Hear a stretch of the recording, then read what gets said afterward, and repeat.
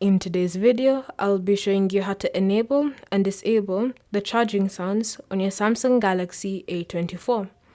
Now you may have noticed that when you go to charge your phone, that you can't see the animation and you're not really able to tell whether your phone is charging or not.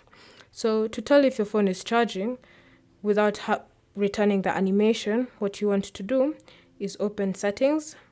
Under Settings, select Sounds and Vibration, tap on System Sound, and then make sure you enable charging. So that will turn on sound charging, so that whenever you plug in your phone,